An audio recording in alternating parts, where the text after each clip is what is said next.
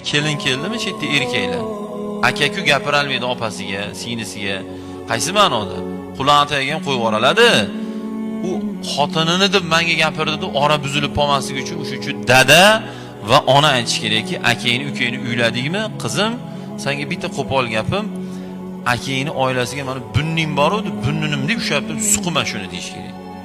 Tushundingmi deyish kerak. Men uni suqiman bu bunningni. Puchuq qilib qo'yaman deyish kerak. Men buni alohida qo'pol qilib gapirishim sababi ajrimlarga juda ko'piga o'sha erda singlisi bilan opasi sabab bo'lyapti. Yo erdan ajrab kelgani, yoki erga teggan bo'lsa, kelib olib cho'pib olib qo'yilaveradi. Hidini chiqarib kayib qiladi-da u. Chunki ichi yiringda uni. Shu darajadaki kuyov bola xotinini hurmat qilib, chiroyli muomala qilib, uni ko'ra olmaydi. Nima qilsin? Ukamiz yo akamiz uylandi deylik. Nima? Xotiniga xunuk muomala qilib, ko'chada bitta manjala qilib o'ynashib ketsin.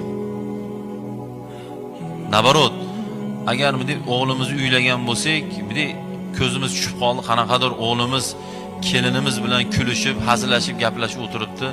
Alhamdulillah 2 rakat namoz o'qish kerak shu joyda. Ey Allohim, o'zingga shukrki, o'g'lim ko'chada kimlar bilandir yurmasdan mana xotinini yaxshi ko'ryapti. Xotini bilan hazillashib o'tiribdi, xotini bilan kulishib o'tiribdi. Bu meni baxtim deb 2 rakat namoz o'qib, Allohga shukr qilishni o'rniga sekin chiqarlab ha deydi. Tamam shu bilan. Tarvuz qo'ltiqdan tushadi. Shuning uchun biz erkaklar xotinlarga aytish kerak, xotinjon, sen ha deb kelinni diqqat qilavermagin, maralni ezavermagin, qaynalik qilib qaynavermagin. Shularni tek qo'y o'zini holiga deyish kerak.